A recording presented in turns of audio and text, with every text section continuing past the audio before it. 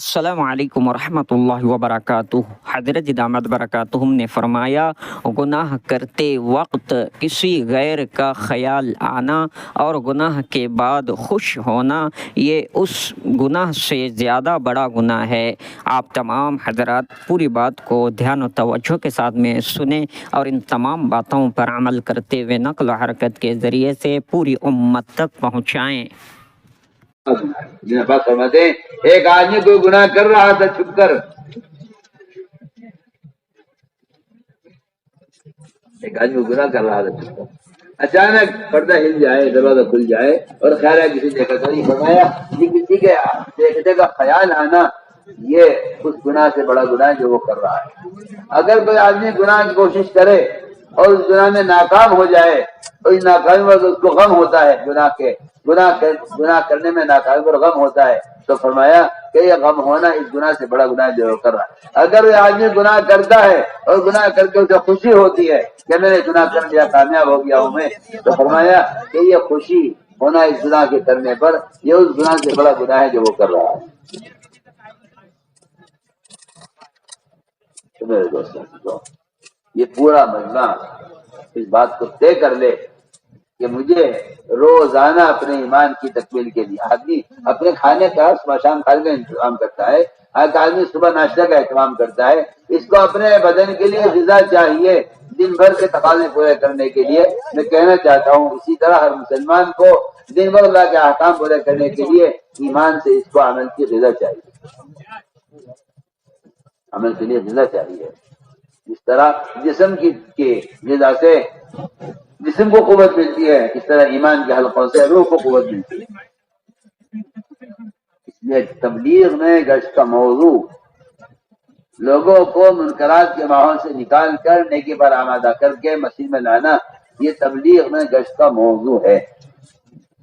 آپ میری بات سب نوٹ کر لیجیے گا اور یہ بات آپ سب یاد رکھیے، گشت کا موضوع ملاقاتیں کرنا نہیں ہے، گشت کا موضوع ہر مسلمان کو اس کو برے ماحول سے نکال کر عمل کے ماحول میں لانے گشت کا موضوع ہے، یہ گشت کا موضوع ہے۔ بات کان میں ڈالتے ہیں ایسا کا مضبوط ہے، کان میں بات ڈالنا تبلیغ نہیں ہے، کان میں بات ڈالنا تبلیغ نہیں ہے۔ میں آپ سے صاف سے بحث کرتا ہوں کہ اگر آپ ملاقات میں بات کر کے آ گئے ہیں اور آپ سمجھتے ہیں کہ جی میں نے تو بات پہنچا دی ہے، وہ عمل کرے یا نہ کرے، تو میں کہتا ہوں یہ بات پہنچا دینا لوگوں تک کہ وہ عمل کرے یا نہ کرے، میری ذمہ داری پوری ہو گئی ہے۔ کوئی آدمی کسی گڑھے میں کسی کنویں میں گر جائے اور آپ اس کو نکلنے کی ترغیب دے کر آ جائیں، آپ پرچہ لکھ کر ڈال دیں گڑھے میں کہ آپ باہر نکل آئیے ورنہ آپ ہلاک ہو جائیں گے، میری ذمہ داری، آپ بتائیے کیا اس ذمہ داری پوری ہو جائے گی؟ یا سہارا دے کر اس آدمی کو گڑھے سے نکال لیا جائے باہر؟ سوچیے، اگر آپ کا خیال یہ ہے کہ اخبار رسائل سے اور ان گندے موبائلوں سے دین کی باتیں پہنچا دینے سے میرا دعوت کو زیادہ ہو جائے گا، میں آپ سے 100 بار اللہ کی قسم کھا کر عرض کرتا ہوں کہ دعوت بدنی عبادت ہے، یہ کسی قلم سے، کسی رسالے سے، کسی اخبار سے، کسی ذریعے سے یہ فریضہ ادا نہیں ہوگا۔ آپ جس سے چاہے میسج کر لیجیے، اس سے چاہے آپ پیغامات بھیج دیجیے دین کے، میں 100 بار قسم کھا کر کہتا ہوں آپ کے ذمہ جو دعوت کا فریضہ ہے اللہ نے کیا آپ کے ذمہ، وہ آپ کے بدن کے استعمال کیے بغیر ادا نہیں ہوگا، جس طرح نماز آپ کے بدن کے استعمال کیے بغیر نماز ادا نہیں ہوگی۔ صاف صاف بات ہے۔ اس زمانے کے مسلمانوں کو دھوکہ لگا ہے کہ دین کی بات پہنچا دو تاکہ آپ کی ذمہ داری پوری ہو جائے، میں صاف صاف کرتا ہوں بالکل نہیں، اس سے دعوت کا فریضہ ادا نہیں ہوتا۔ اور میں نے مثال دی ہے آپ کو، گڑھے میں گرے ہوئے آدمی کو آپ بیان کر کے ترغیب دے دے باہر نکلنے کی، اس کی جان نہیں بچ سکتی آپ کی ترغیب سے، آپ کی تقریر سے۔ وہ تو آپ جا کر اس کا ہاتھ پکڑ کر اس کو سہارا دے کر گڑھے سے نکال لیں۔ صاف ابو درداء فرماتے رضی اللہ عنہ، گناہ کرنے والا گڑھے میں گرنے والے کی طرح ہے، الم تکونوا مستخرجی، کیا تم اس کو نکالو گے نہیں گڑھے سے؟ صاف سے بات کرتا ہوں، ہر مسلمان کا اپنا ایمان دوسروں کو نیکی پر آمادہ کرنے اور دوسروں کو منکر سے بچانے کی کوشش پر ہر ایک کا ایمان موقوف ہے۔ جو مسلمان یہ چاہتا ہے کہ میرا ایمان کمال تک پہنچے، اس کو چاہیے کہ وہ لوگوں کو نیکی پر آمادہ کرے خود اور لوگوں کو منکر سے بچانے کی کوشش کرے، اس کے علاوہ اس کو راستہ نہیں۔ قرآن کا فیصلہ ہے، یہ قرآن کا فیصلہ ہے کہ ایمان باللہ کو جوڑا گیا ہے اس کے ساتھ۔ میرے دوستوں کو جب مسجد سے آدمی کا لگاؤ ہوتا ہے، ایک آدمی کو دکان سے لگاؤ ہے، گاہک آ کر چلا گیا، میں دکان نہیں پہنچ سکا، بڑی پارٹی دفتر میں آ کر چلی گئی، میں دفتر نہیں پہنچ سکا، بڑا نقصان ہو گیا میرا، میں خبر نہیں کیوں گیا تھا فلاں کی شادی میں، آج فلاں پارٹی آ کر چلی گئی، دوبارہ آنے کو منع کر گئی ہے۔ میں کہتا ہوں بالکل یہ صورتحال آپ کی ہو جائے گی اگر آپ مسجد کو دینے لگیں تو ایک رکعت کا فوت ہو جانا آپ کو کھلے گا کہ میری ایک نماز نکل گئی آج مسجد کی۔ اور یہ بات یاد رکھو کہ اگر مسجد کا عمل چھوٹ گیا ہے بے شک آپ نماز ادا کر لیں گے، لیکن وہ اجر و ثواب تو آپ کو کبھی ملے گا نہیں جو آپ نے مسجد کا کھو دیا ہے۔ ایک فریضہ اگر قضا ہو گیا ہے اس فریضے کو آپ ادا تو کر لیں گے لیکن اس کا اجر و ثواب وہ تو قیامت تک واپس نہیں آ سکتا۔ آپ اس کے لیے 100 نفلیں پڑھ لیں، 1000 نفلیں پڑھ لیں، لیکن جو اجر جماعت کی نماز کا کھو گیا ہے وہ آپ کو واپس نہیں ملے گا۔ مدینہ مرکز بیجاپور.com۔ اس لیے میں عرض کر رہا ہوں تاکید سے کہ مسجدوں سے لگاؤ پیدا کرو۔ ہمارے گشت کا یہ موضوع ہے کہ ہم ہر فرد کو دعوت دے کر مسجد کے ماحول میں لانا چاہتے ہیں۔ گشت کا موضوع یہی ہے، صحابہ اکرام کا طریقہ یہی ہے، اس بات پہنچا کر آ جانا۔ ٹھیک ہے، ایک آدمی عذر کرتا ہے آپ نظامت کریں، ایک آدمی کہتا ہے میں ناپاک ہوں، آپ ناپاک کو لائیے مسجد میں۔ آپ کس نے کہا آپ سے کہ ناپاک آدمی مسجد میں نہیں آ سکتا؟ کس نے کہا آپ سے؟ سڑے ہوئے مشرکین آتے تھے، کفار جو جانتے تھے غسل کسے کہتے ہیں، آپ صلی اللہ علیہ وسلم ان کے لیے مسجد کے صحن میں خیمہ لگواتے پھر سے یہاں یہ بات سمجھیں نا، زمین کے انسان کو ان کے ثقیف کو آپ نے ایک نہیں سینکڑوں قصے ہیں رکھو۔ آج اگر ایک مسلمان یہ کہہ دیتا ہے کہ جی میں ناپاک ہوں مسجد نہیں آ سکتا تو آپ کہتے چلیے یہی بات کر لیتے ہیں، تو بات یہ ہے بس، آپ کہیے نہیں آئیے مسجد میں، آپ ناپاک ہیں۔ مومن ناپاک نہیں ہوتا، مومن ناپاک نہیں ہوتا۔ ایک ابو رضی اللہ تعالیٰ عنہ جنابت کی حالت میں تھے، حضور علیہ وسلم نے ہاتھ بڑھایا مسافے کے لیے، انہوں نے ہاتھ پیچھے کر لیے، آپ مسافہ کرنے تھے، میں کیا بول رہے کیا بات ہے، ہاتھ کی پیچھے کر لیے مسافے سے، مسافہ کرو، یا افضل میں جنابت کی حالت میں ہوں، غسل کی حاجت ہے اس لیے ناپاکی کی حالت میں آپ سے کہ نہیں مومن المومن لا يتنجس، مومن ناپاک نہیں ہوتا۔ آپ سوچیے آپ ملاقاتوں میں کتنے مسلمانوں کو یہ سوچ کر چھوڑ دیتے ہیں کہ یہ ناپاک ہے، یہ تو شراب پیا ہوا ہے، کسی کام میں ملا ہے۔ آپ جواریوں کو، شرابیوں کو اور غسل کی جو حاجت کا عذر کریں ان کو آپ لائیے مسجد میں غسل کرائیے، غسل کرائیے، آپ رضا قبر رکھیے، آنے والوں کی استقبال کیجیے۔ حضور اکرم صلی اللہ علیہ وسلم کا اللہ کی قسم میں حسر کے ساتھ کہہ رہا ہوں، خدا کی قسم اس کے علاوہ کوئی اور ذریعہ تربیت کا نہیں ہے۔ آپ دعائی طریقے سے چاہے آپ جائز کہیے اور ان کا آپ کھول پیٹیے، لیکن خدا کی قسم ایک واحد طریقہ تربیت کا صرف یہی ہے کہ ہر نئے سے نئے کو مسجد میں رکھا جائے، اس کے علاوہ کوئی طریقہ تربیت نہیں۔ اگر کوئی نیا طریقہ آپ لاتے ہیں تو آپ کا گھڑا ہوا نیا طریقہ ہے تربیت۔ اگر آپ کوئی تربیتی کیمپ اور کوئی تربیتی نظام مسجد سے ہٹ کر قائم کرتے ہیں تو یہ آپ کا گھڑا ہوا طریقہ تربیت ہے، ورنہ اللہ کی قسم جتنے شعبے ہیں دین کے، مدارس ہوں، ذرائع ہوں، خانقاہیں ہوں، سب کے لیے ایک ہی راستہ ہے کہ فقیر بن کر، محتاج بن کر ہدایت کے مسجد میں آؤ۔ آپ تو دنیا کے شعبوں کی اور نئے طریقوں کی باتیں کر رہے ہیں، یہاں تو میں عرض کرتا ہوں کہ ولی کامل چاہے ہو کوئی لیکن وہ مسجد کا محتاج ہے۔ میں ایک سال سے ملاقات کے لیے گیا، بزرگ آدمی تھے، نماز کے وقت ہوا میں چلنے لگا وہاں کے کہ نہیں آ جاؤ یہی پڑھ لو، میں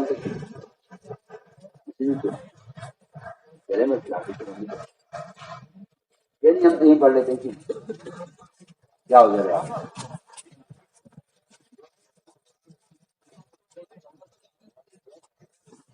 کہنے لگے ان کے ایک ساتھی کہ اصل میں یہ ذرا مشغول ہے. میں نے کہا کس مشغول؟ مسجد کی نماز کا چھوڑ دینا تو گمراہی کا راستہ ہے. ہمارے حسن والے جب بیماری ہلکی بہت بڑھ گئی اور چارپائی سے حضرت حرکت نہیں کر سکتے تھے، تو اس بیماری میں ہلکی چارپائی کو اٹھا کر مسجد میں داخل کیا جاتا تھا، اور مسجد میں داخل ہوتے ہوتے حضرت دائیں پیر کو زور لگا کر آگے بڑھانا چاہتے تھے چارپائی میں بیٹھے بیٹھے. حالانکہ جو آدمی چل نہیں رہا ہے اس کے لیے کیا ضروری ہے کہ وہ دائیں پیر پہلے داخل کرے؟ وہ جو چل کر جا رہا ہے اس کے لیے ہونا چاہیے کہ مسجد میں پہلے دائیں پیر داخل کرے. ساتھی سمجھتے نہیں کہ کیا تکلیف ہے. کیا بات ہو گئی؟ آپ کچھ تکلیف ہے؟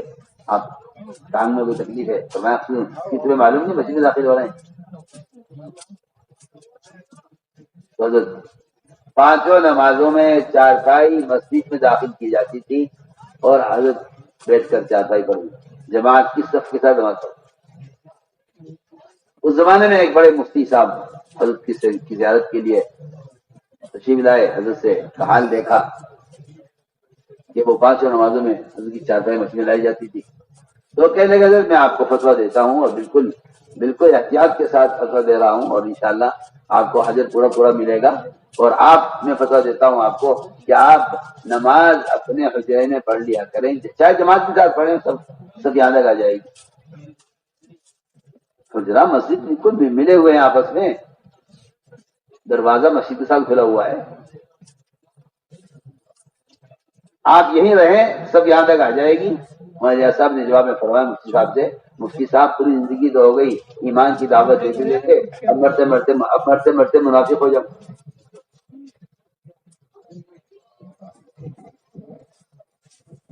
جن کی نظر دور ہوتی ہے ان کی بات بھی اونچی ہوتی ہے. صاحب پوری زندگی ہو گئی ایمان ایمان بولتے بولتے، اب موت کا وقت قریب آ رہا ہے تو منافقین کے مجالی کے بات نماز پڑھنے کی. بیمار آدمی کو سہارے سے اٹھا کر مسجد میں آیا جاتا تھا نماز کے لیے. لہٰذا بین الرجلین میں عرض کرنا چاہتا ہوں کہ اصل ہے سنت کے اتباع. جو یہ تھا مسجد سے ایک لگاؤ، اس لیے میں عرض کر رہا ہوں بہت تاکید سے کہ ہمارا گشت کا جو موضوع ہے مسلمان کی جگہ کو تبدیل کرنا ہے. بات پہنچانا کچھ نہیں ہے، بات پہنچانا کہتا ہوں کچھ نہیں، بات پہنچانا کوئی چیز نہیں ہے. گشت کا موضوع مسلمان کی جگہ کو تبدیل کرنا ہے. یہ ایک آدمی کو شراب کھانے سے مسجد میں، بازار کے ماحول سے مسجد میں، ایک گھروں کے ماحول سے گلیوں کے، اور اللہ حلال فرمائے ایسے گناہوں کے اڈے بنے ہوئے ہیں جہاں مسلمان رہ کر اپنا ایمان اور عمل سب کچھ کھو دیتا ہے. ان کو یہاں سے نکالنا ہے، ان کو یہاں سے نکالنا ہے. گشت مقام پر ہو یا خروج بیرون کا ہو، ہر مسلمان کو اس کے ماحول سے نکالنے کے لیے نخوار کر دے. خروج لوگ امت کے اخراج کے لیے، یہ نہیں نکالو گناہوں کے ماحول. اس لیے ہم کہتے ہیں کہ انتہائی کوشش، انتہائی خوشامد اس آئے آپ 10 منٹ مسجد کو دے. ایک صاحب کی دکان پر گشت ہوا کرتے تھا، کافی ایسا ہوا کچھ دیر بعد آئے، وہ اپنا حال انہوں نے خود سنایا کہ میری دکان پر 20 سال گشت ہوا ہے. 20 سال محلے کے لوگ گشت کرتے تھے، میری دکان پر آتے تھے، مجھ سے دین کی بات کر کے چلے جاتے تھے تھوڑی دیر 2-4 منٹ، اور میں پہلے آئیں گے. میرا سا اپنا کپڑے کا کاروبار تھا، ذرا سا ایک طرف کر کی بات سن لوں. وہ آئے چلے گئے. ایک جماعت آئی گشت کرتے کرتے، ان کے امیر صاحب متکلم جو بھی تھے نے کہا کہ میرا دل چاہتا ہے کہ آپ میرے گھر چلیں اور بس 5 منٹ کے لیے ایک چاہیے پیالی کے نام. کہ میرا دل نہ چاہا انکار کروں. بیچارہ ایک آدمی محبت سے بلا رہا ہے اپنے گھر میں. تو کہنے لگے کہ میں آپ کی چائے پہ انکار نہیں کر سکتا, چلیے. تو پوچھنے لگے کہ اچھا ایک بات تو بتائیں, اگر میں اپنے گھر میں آپ کو بلاؤں اور آپ کو انکار کرنے سے شرم آ رہی ہے, تو اگر میں آپ کو اللہ کے گھر بلاؤں, اگر میرا کوئی قاصد, میرا کوئی آدمی آپ کو میرے گھر کے لیے بلانے کے لیے آتا تو آپ انکار نہ کرتے. میں اللہ کا قاصد بن کر آپ کو اللہ کے گھر بلانے کے لیے آیا. تو وہ کہنے لگے کہ ہاں واقعی بات تو ٹھیک ہے, چلیے میں چلتا ہوں. وہ ان کے ساتھ آگے مسجد میں کہتے ہیں میری 60 سال کی عمر, میں نے 60 سال کی عمر میں پہلی مرتبہ اللہ کے گھر میں قدم رکھا, اور میں نے 60 سال کی عمر میں اپنی زندگی میں اللہ کو پہلا سجدہ کیا ہے. میں نے اس پوری زندگی کو سجدہ نہیں کیا جبکہ میں مسلمان گھر میں پیدا ہونے والا تھا. مجھ سے کہنے لگا کہ اگر یہ جماعت بھی مجھ سے بات کر کے گزر جاتی اور مجھے 2-4 باتیں نماز کی اور دین کی ترغیب دے کر گزر جاتی اور میرے سامنے مر جاتا میں, تو میری پوری زندگی میری اس طرح گزر کے ختم ہوتی کہ میں نہ کبھی اللہ کے گھر کو دیکھتا, نہ میں کبھی اللہ کو سجدہ کرتا. میری زندگی کا پہلا سجدہ ہے وہ جب جماعت مجھے مسجد میں لے گئی. سمندر ہے مسلمانوں کا جو بہہ رہا ہے جہنم کی طرف, انہیں تو پرواہ نہیں. اللہ تعالیٰ نے ہر مسلمان کے ایمان کا کمال جو مجموعہ کی اصلاح پر موقوف کیا ہے, میں سمجھتا ہوں اس حکم کی حکمت یہی ہے تاکہ مسلمان اجتماعی طور پر اللہ کے فرائض کی طرف آئے اور اجتماعی طور پر مسلمان ہلاکت سے بچے. اس حکم کی حکمت یہی ہے کہ اگر آپ نے ایمان میں کمال چاہتے ہیں تو آپ مجموعہ کی اصلاح کی کوشش کریں. میں نے عرض کیا ہے کہ یہ ہے اصل بات, کیونکہ کم سے کم مسلمان اللہ کے فریضے نماز پر آ جائے. یہ میں آپ سے صاحب سے بات کرتا ہوں کہ اگر آپ کا گشت ایک مسلمان کو نماز پڑھوانے کے ارادے سے نہیں ہو رہا ہے تو میں صاحب سے بات کرتا ہوں کہ محنت ہوگی لیکن اس کا نتیجہ کوئی نہیں. محنت ہوگی, نتیجہ کوئی نہیں ہوگا. میں بالکل آپ سے کھل کر کہہ رہا ہوں. اور گشت و ملاقاتیں یہ ایک ایسی عادت اور معمول بن کر رہ جائے گا کہ آپ صرف مسیح کی بات کو بتانے کے لیے, انسان کو بتانے کے لیے کہ میں نے گشت کیا ہے. ایسے گشت کیا کرو جیسا کسی بھڑک کے آدمی نے بچا کر نکالنا چاہتے. ایسے گشت کیا کرو جیسے ڈوبتے آدمی کو جو ہے سیلاب سے طوفان سے بچا کر نکالنا چاہتے. ایسے گشت کیا, ورنہ گشت کا عنوان صرف ملاقاتیں بن کر رہ جائے گا اور مسلمان اتحادی ہو جائے گا. ٹھیک ہے جی آپ ہم سے بات کر لو, جاؤ ہم جہاں ہیں وہاں رہیں گے. میں آپ کے ساتھ کہتا ہوں اگر آپ کا خیال کان میں بات ڈالنا, آپ کا خیال کا دعوت دینا ہے تو پھر اس کا مطلب یہ ہے کہ امت جہاں ہے وہاں رہے گی. چند لوگ ہوں گے جو اسلام کو کر لیں گے اور آپ سوچیں گے کہ بھائی الحمدللہ فریضہ تو فرض کفایہ ادا ہو رہا ہے, جماعت گشت کر رہی ہے. میں نتیجہ چاہتا ہوں, میں نتیجہ چاہتا ہوں کہ نتیجہ کیا ہوا آپ نے گشت کیا. کیا مسلمان کو دین کی خبر نہیں ہے؟ کیا مسلمان کو معلوم نہیں کہ نماز پڑھ گئے؟ دینی معلومات کا نشر کر دینا, مہیا کر دینا, امت تک پہنچا دینا. میں کہتا ہوں اس سے عمل کی استعداد پیدا کبھی نہیں ہو سکتی. عمل کی استعداد پیدا ہوتی ہے عمل کے ماحول میں آنے سے. اس سب کو معلوم تھا کہ نماز فرض ہے, زکات فرض ہے, جہاد فرض ہے, بتوں کا توڑنا اور بتوں کا چھوڑنا فرض ہے. ان سب باتوں کے بارے میں صاف کہ جب مستقیم ہیں کہ نماز نہیں پڑھیں گے, زکات نہیں دیں گے, جہاد نہیں کریں گے, اپنے بت کو نہیں توڑیں گے. ہاں ہم مسلمان ہوتے رہتے ہیں, ہم کلمہ پھول کر لیتے ہیں. فرمایا کہ انہیں مسجد میں رکھو, یہ مسجد میں رہ کر قریب زکات بھی دیں گے, جہاد بھی کریں گے, روزے بھی رکھیں گے, نماز بھی پڑھیں گے, سارے کام کریں گے. اس لیے ہم نے عرض کیا کہ گشت کا پہلا مقصد یہ ہے. دوسرا مقصد یہ ہے گشت کا،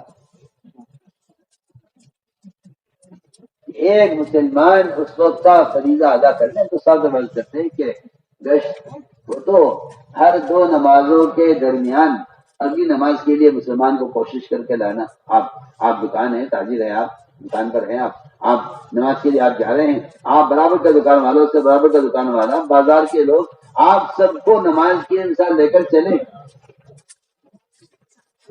آپ کا یہ کہنا کہ میں 2.5 گھنٹے صبح دے دیتا ہوں، میں کہتا ہوں کہ آپ کا یہ خیال ان لوگوں کی نماز ضائع کرا رہا ہے، جس سے آپ کے پڑوسی دکاندار ہیں، جس سے بازار کے اندر گاہک پھر رہے ہیں. آپ کا یہ خیال ان کی نماز کو ضائع کرا رہا ہے. آپ کی کسی نے غلط پٹی پڑھا دی ہے کہ آپ تو 2.5 گھنٹے صبح دے چکے ہیں. ہر نماز کے لیے گشت ہے، ہر نماز کے لیے گشت ہے.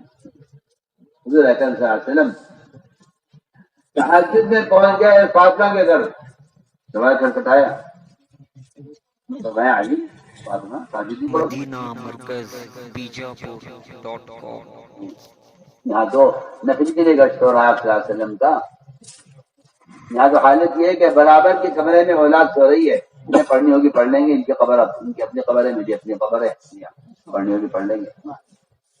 اور یہاں تو گھر کے اندر برابر کے کمرے میں اولاد سو رہی ہے، جن کو نماز کے لیے جگاتے نہیں اٹھاتے. میں تو مجھے اپنی نماز سے مطلب ہے، میں کیا کروں. اس لیے میں آپ سے عرض کر رہا ہوں گشت یہ کوئی تنظیم نہیں ہے تبلیغ کہ آپ صبح کو وقت طے کر لیں گشت کے لیے. آپ 5 وقت کی نماز کے لیے اس بات کی کوشش کریں کہ آپ نماز کے لیے جا رہے ہیں، جتنے آپ کو راستے میں لوگ ملیں، آپ کی برابر کی دکان والا آپ کے بھائی چلو بھائی آ جاؤ بھائی ہمارے ساتھ نماز کے لیے آ جاؤ. کام کرنے والوں کا بھی یہ مزاج نہیں ہے. میں آپ سے کھل کر کہہ رہا ہوں، 4 میں لگے ہوئے ہیں لیکن وہ ہم کے دن دے دیتے ہیں، اس کے بعد ہم تاجر ہیں. جبکہ علماء نے لکھا ہے کہ مسجد کو ویران کرنے والا صرف وہ شخص نہیں ہے جو نماز نہیں پڑھتا ہے، بلکہ مسجد کو ویران کرنے والے وہ لوگ بھی ہیں جو لوگوں کو نماز کے لیے لانے کی کوشش نہیں کرتے. سنیے نا آپ میں کیا کہہ رہا ہوں. جو لوگوں کو نماز کی لانے کی کوشش نہیں کرتے. میں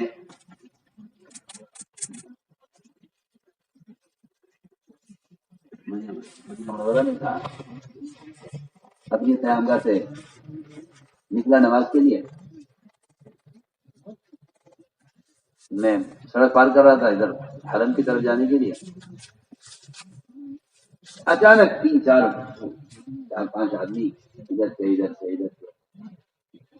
تو وہ خوشامد کرنے لگے کہ وہ دکان میں چلو، وہ کچھ خریدو، کچھ سامان لے لو. وہ دوسرا کہہ رہا جیسے کپڑا لے لو، وہ کہہ رہا جی کھجور لے لو، وہ کہہ رہا جی کچھ گھر کے لیے کچھ سامان لے لو.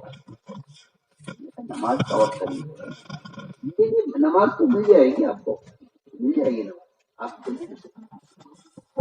نماز میں ابھی دشمن باقی ہے. وہ کہہ رہا ہے، میں حیران ہو گیا. میں نے کہا اس مدینہ منورہ میں بازار سے ابو ہریرہ اٹھا کر صحابہ کو مشین لایا کرتے تھے، آج اسی مدینہ منورہ کے اندر یہ ہندوستان کے آئے ہوئے مسلمان جو یہاں دکانوں کے ایجنٹ بنے ہوئے ہیں، انہیں ایک آدمی دکان کو لانے میں 10,000 ملیں گے، سر سامان لے یا نہ لے. مجھے افسوس ہوا. میں نے کہا کہ یہ وقت لگایا ہوا ہوتا تو آج یہ بازار سے لوگوں کو لے کر مسجد کی طرف آتا. آج حالت یہ ہے مسلمان کی کہ وہ مدینہ منورہ کی مسجد میں نماز پڑھنے جا رہا ہے اور وہ پیچھے سے جو ہے دکانوں کے ملازم اور ایجنٹ آ کے انہیں پکڑ کے انہیں حرم سے رو کے بازار میں لے جاتے. جب مسلمان کو دنیا مطلوب ہوتی ہے تو وہ دوسروں کے فرائض کے پورا کرنے میں رکاوٹ بنتا ہے. کیونکہ احساس مردہ ہو چکا ہے، کسی کو پرواہ نہیں ہے فرائض کا ضائع ہونے کی. دنیا کمانے کی دھن میں کافر کی طرح لگے ہوئے ہیں. ورنہ کافر کا مزاج ہے کہ وہ دنیا جتنی کما لے اس کا پیٹ نہیں بھرتا.